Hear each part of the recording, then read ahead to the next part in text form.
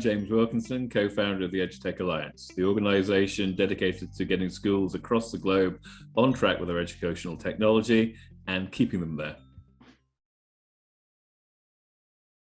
Our reviews are a fundamental part of our approach to getting schools on track with their educational technology and keeping them there.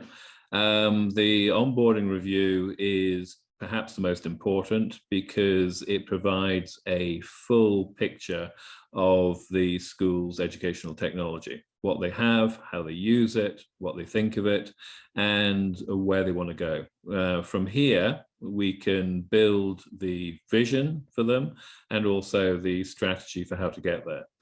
We use the EduTec Alliance knowledge base to collate the mountains of data that come out of this, but the approach can be used standalone.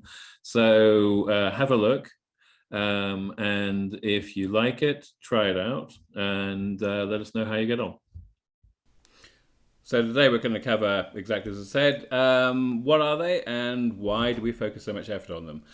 There's three parallel activities that go on within a review, and these three are completely interlinked. Those think of them as strands. Discovery, baselining and benchmarking. And keep those in mind, and I'll go into them in more detail later on. So if you've looked at our site, you'll see that our strap line is a pledge, getting your school on track with educational technology and keeping it there. So we need to do, in plain English, three things. We need to understand where the school is at the moment, what's working, what's not, and where does it want to be. So where is now, we call current state. Where do you want to be, we call vision. And we need to understand that from a 360-degree perspective. So we talk to all the stakeholders who have a relevant view within the school environment or the school community. We then need to create the things that need to be done to get you to achieve those goals. And I'll show you exactly how we do this in this presentation. And we need to create a roadmap. You can't do everything on day one. Things need to be done in specific orders, and so the roadmap and the strategy are two key elements. And also, if you're a member of the EduTec Alliance, we're basically there every step of the way to guide you on the journey. So we do these reviews initially, which we call an onboarding review for new members, which is the most intensive. And then we do a review every year after that, which is basically just to take a temperature test and to make any corrections on the way. So before we have a look at why these reviews are so intensive, I just want to take you back to a simple model that we use constantly, which is Think, Build, Operate. And you'll be familiar with this if you've seen our project management series videos. And it's all about cost of error. If you get the think right and capture errors there, a $1 error it will be avoided that could cost up to 100 or thousands in build and operate because of the negative effect on the business. So our mantra is do as much as humanly possible in think, and that includes proofs of concept and other trials before going to full build and operate. We're constantly being asked whether our reviews need to be as intensive and time-consuming as they are. And our answer is always yes. There's an awful lot of information to pull together and synthesize in order to be able to create a good vision and strategy. So if you look at take the dry stone wall analogy on the right here, we're seeing schools currently, if you look at the bottom, with up to 100 technological systems. And these have been implemented over time or installed over time. And sometimes schools are still paying for systems that they don't even use anymore. So what we need to do is we need to create a solid base. And that means getting to grips with all current information systems in the school, technologies, and also usage and also data, to create the current state in order to be able to define how the school is going to get to its vision. So you could say that's the capstone here, and what the order of projects needs to be to achieve that. So the roadmap. So it needs to be totally solid. The devil is always in the detail, and that can be down to simply where you are in the world, where your software as a service provider is, and types of devices that you have within the school. We need to know everything. If we don't, then the results can't be guaranteed. So, as with any journey, you need to understand where you're starting from and where you want to get to. So, we call the starting point the current state. And for that, we need to understand your install base, so which educational technology is implemented, how it's integrated, and all the financial aspects of it. We also need to assess whether it's fit for purpose in terms of all the elements that you currently have. We need to understand the issues that you're facing, and these can be both user issues and IT issues. We need to understand also the projects that are on the go, either in design or in implementation, or even just under consideration. And we also need to understand the events that are up on the horizon, either things that are programmed in or things that may occur, such as opening up a new campus or new government regulations that need to be catered for. In defining the future state, where you want to be, we need to create a shared vision. And we normally use a 2 to 3 year horizon for this. And the vision has to be both from a business perspective, so from the school's operational perspective, and also how educational technology is going to support that. We need to create a strategy for how to achieve the vision, so in broad brush terms. We need to understand the supporting capabilities that the school has to have in place in order to achieve the strategy and vision. And we need to put in place a roadmap, which effectively is a portfolio of projects that will allow the vision to be achieved. So here's how it all fits together. On the left-hand side here, we've got the current state. So all the educational technology installed, the integrations, software, hardware, etc., etc. Where it's working, where the issues are, how much it's costing to operate and also to buy, and also the projects that are either underway or in design. Over here we've got the future state vision. So where do you want to be, or you want your school to be on a 2 to 3 year horizon, and there are going to be two types of elements of this: the business imperatives, so things that must happen, and improvement opportunities, which are nice to have, effectively. In addition, we've got all the events that are occurring over this 2 to 3 year period.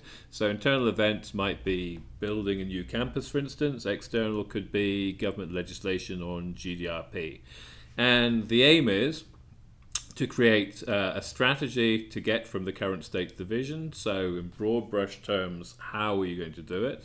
But also to create a more detailed roadmap of how to get there, which we'll come on to in a moment. But basically, between the current state and the vision, there should be a difference. If there's not a difference, then there's pretty much no point in doing this exercise. If there is a difference, it's going to be improvements in what we call capabilities, so the abilities for a business to do things. And all capabilities can be defined in terms of people, process, data, technology. So think about remote learning, for instance. You have to basically train all the people involved, so teachers, students, and IT, in how to use the remote learning capability. You have to put in place clear processes for how to operate this on a day-to-day basis and how to maintain it. You have to have your data, your digital assets have to be in place and to quality and at the right time for people to be able to teach and learn with it. And you're also going to need a technology platform to support everything.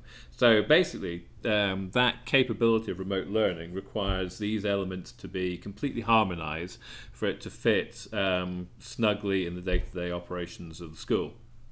And there's going to be a financial element to it. There's going to be a cost to implement it, and there's going to be a cost to operate it. And hopefully there's going to be some benefits obtained that offset those.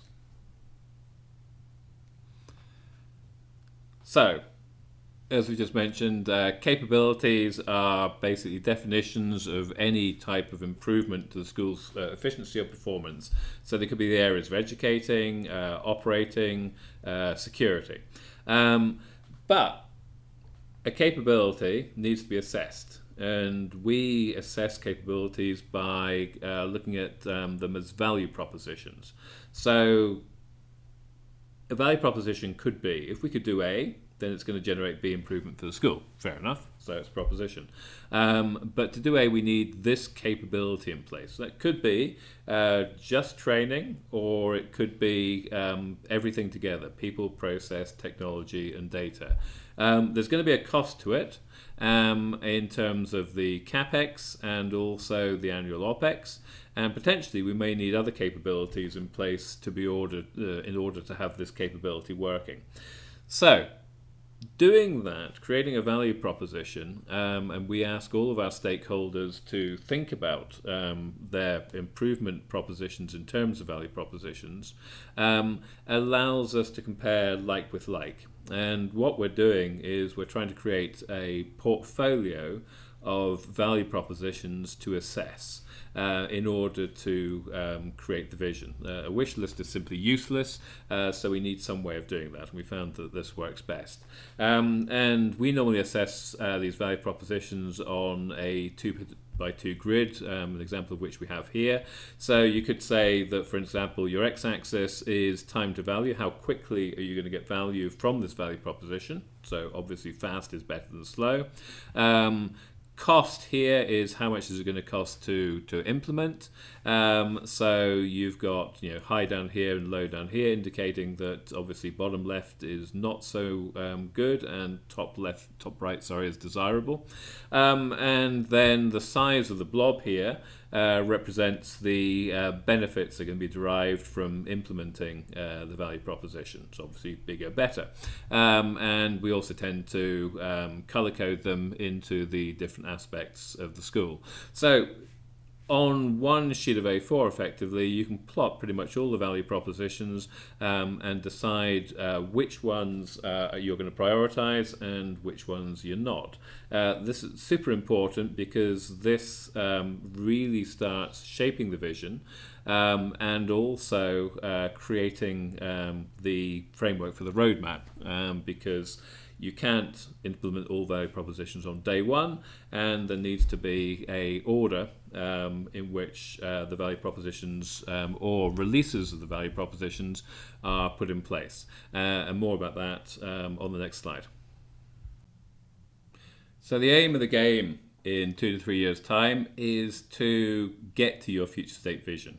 And that future state vision will be achieved if the capabilities that you've identified, so here C1 to C4, are all in place.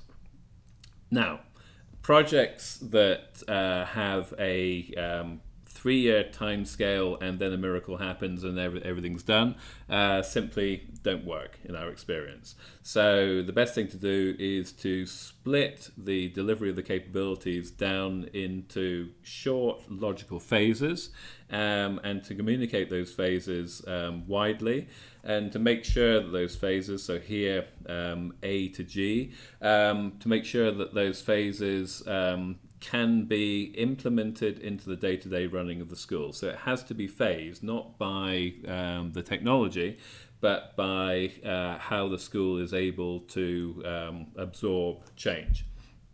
And capabilities don't all get implemented at once. So it's perfectly feasible to have releases of capabilities. So here you've got C1.1 and then later on C1.2. So that a release could be a release of a subset of functionality, or it could be a release of the functionality to only a part of the school. But the idea is to create a logical progress of dropping capabilities and dropping business benefits in a way that the school can continually absorb and also makes logical sense for the business. And some capabilities, so say C1.1 here, will add real value to the school.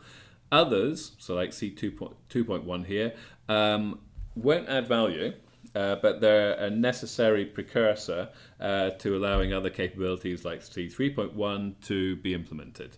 So in this way, you create a roadmap, and the roadmap is easy to communicate. Everyone knows what's going on, and so it makes for an ordered project which should have a much higher chance of success. So creating the roadmap and the order of the capabilities is very much like the old-fashioned game of Tetris here. Everything needs to be shaped and orientated so it all fits together neatly and gives you the overall result that you're looking for. So that's enough of the theory. Let's see how the reviews work in practice. We run 3 parallel activities: discovery, baselining, and benchmarking. Synthesizing all of these allows us to develop the current state, the vision, the strategy, and the roadmap that we've talked about. So, discovery is all about interviews. So we talk to the key stakeholders, be they teachers, leadership, parents, pupils, to understand what's working, what's not, and their vision capability requirements. The baselining is all about understanding what educational technology is in place, and the issues that are aligned with that, and also costings, etc. And in benchmarking, which we'll come on to later on, we do a people benchmarking, which is based on the International Society for Technology and Education standards.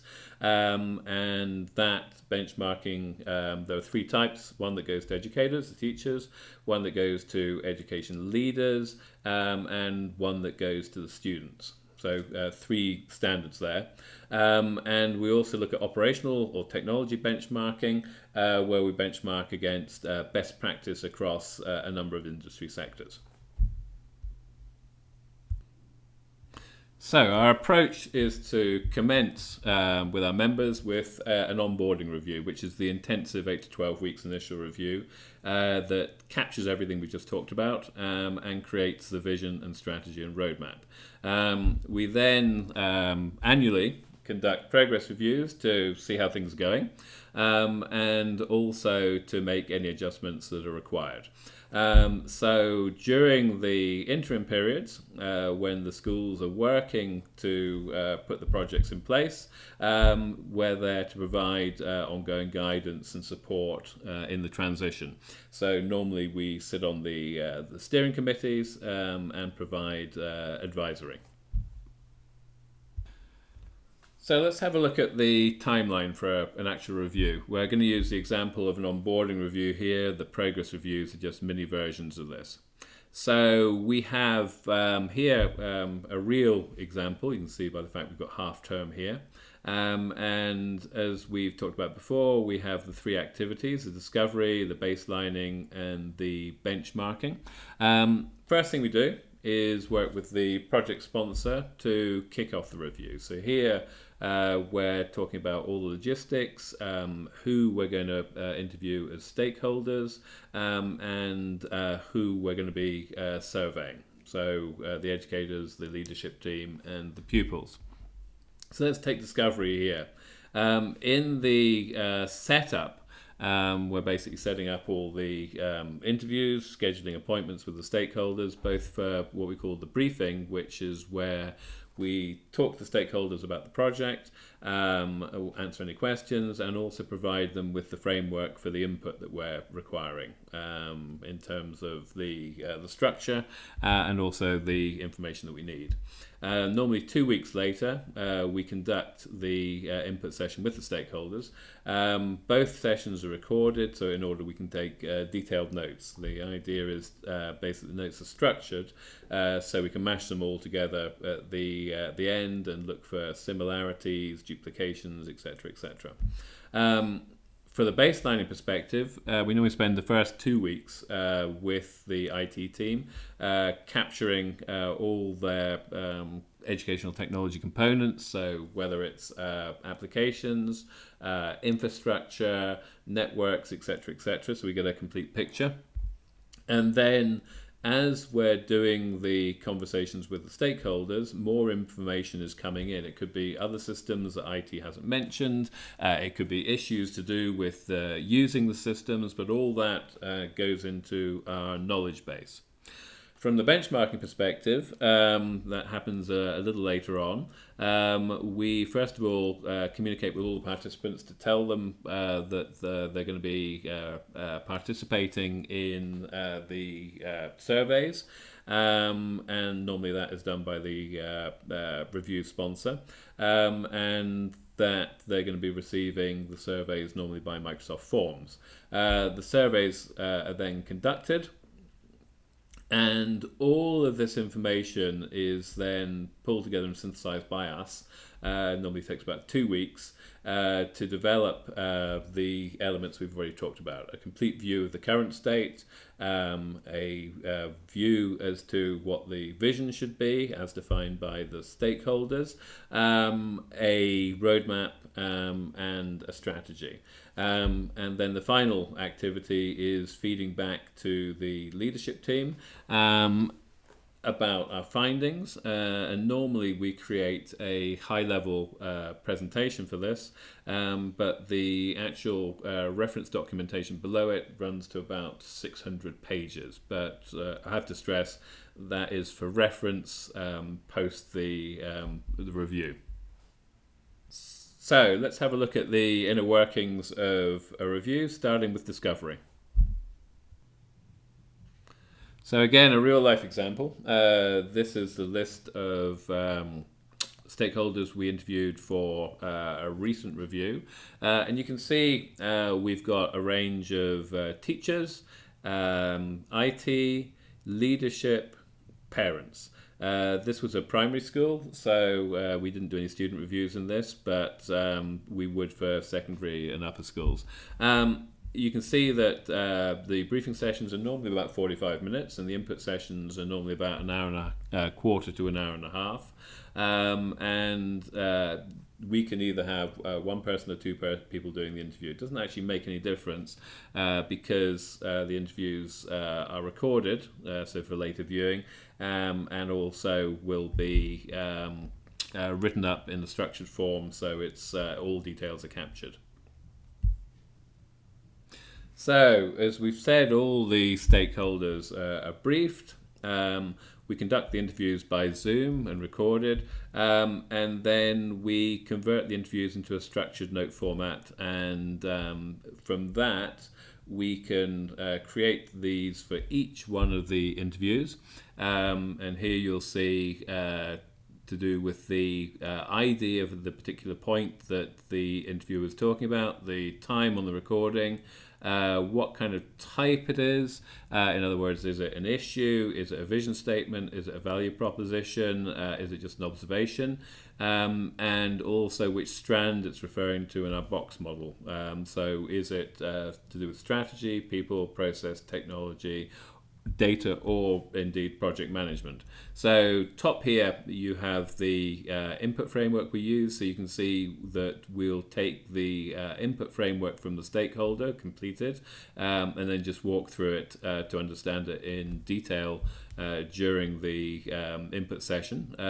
Most of the time the stakeholders will complete and send it to us before they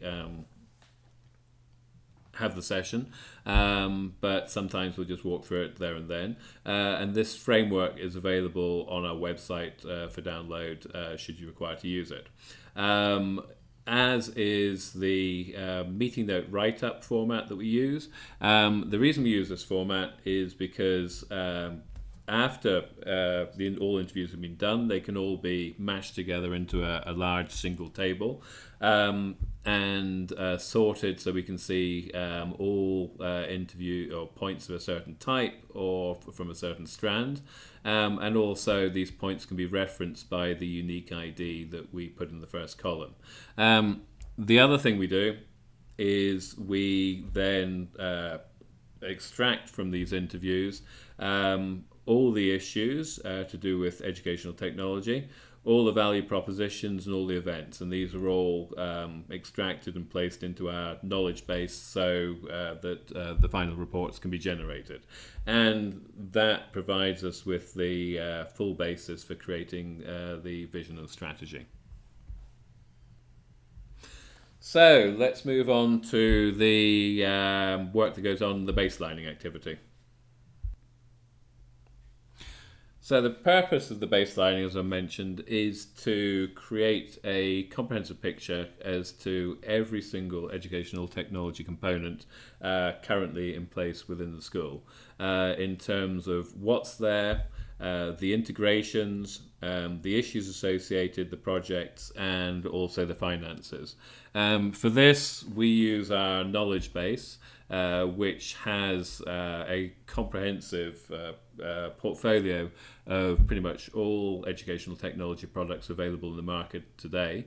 And so we can tag which the school is using, and in that instance we can define exactly how it's being used. So effectively this allows us to both hold all the information in a single place and also generate all of the review reports that we can provide to our member.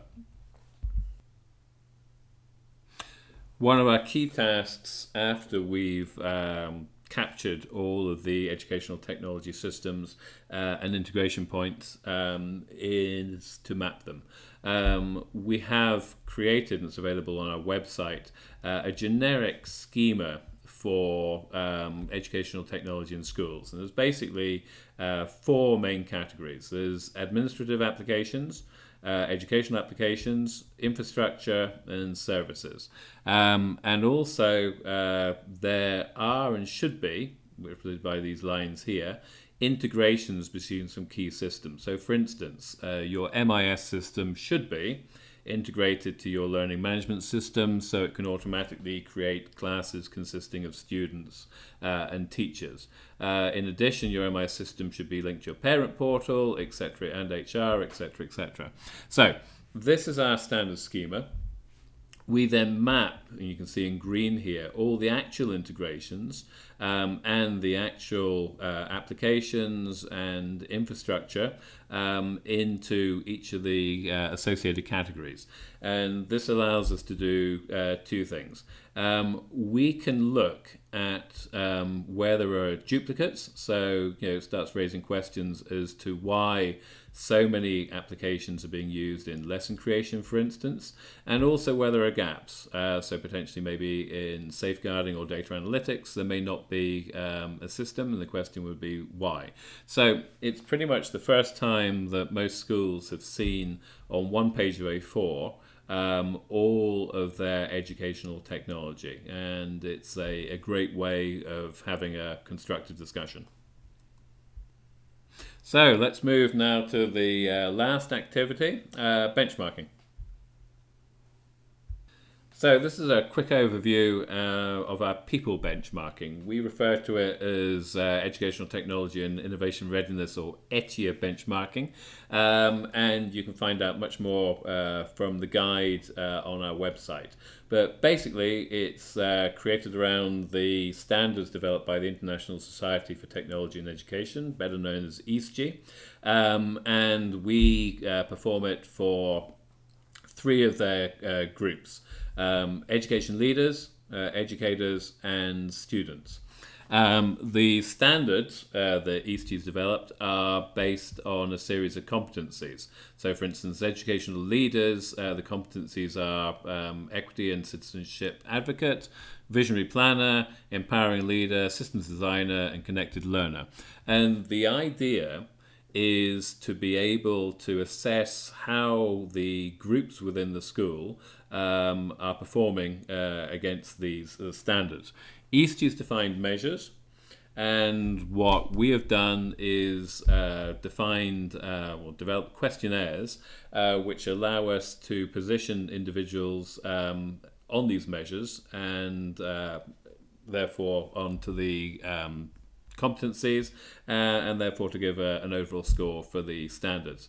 Our questionnaires are based on Microsoft Forms, and there's basically can be completed by the community either on their mobile devices or on their laptops, and every question is strongly disagree to strongly agree to make it rapid and also to be able to compare like-for-like results. So we allow between 20 and 40 minutes for the questionnaires to be completed, and we perform these surveys in both the onboarding and also all the progress reviews. So what we're really looking for is trends over time.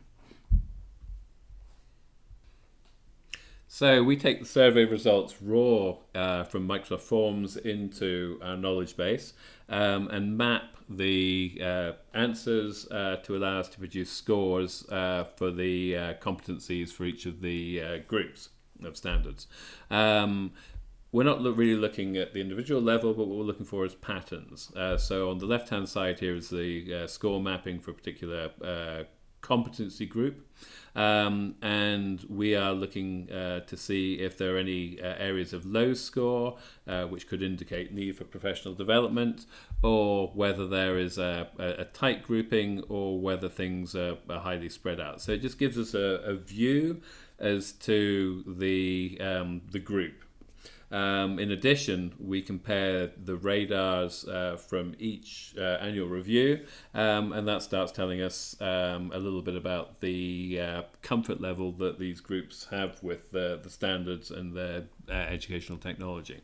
In addition, we're also looking at response distributions. So we'd expect to see a normal distribution of response answers.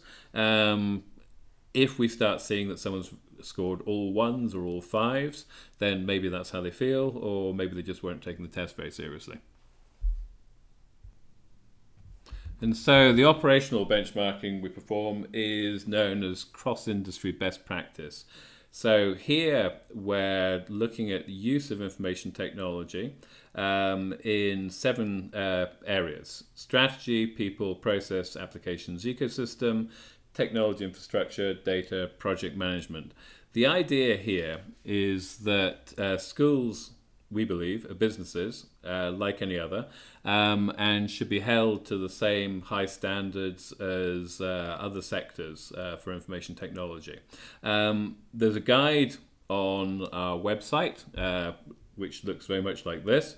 So we suggest that you download it and try it for yourselves. It's much more subjective than the people-based benchmarking that we just talked about, and normally it is analysed as one of the final tasks after the baselining activity. So as I mentioned, we benchmark in these 7 competency areas, and we score each area out of 5. As I said, very subjective, but it gives us an opportunity to compare the member school to other schools, and also to compare their progress over time.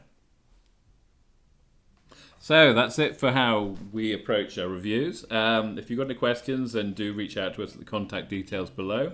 Do also feel free to download our guides and templates from the EduTec Alliance site, and try it for ourselves and let us know how you get on.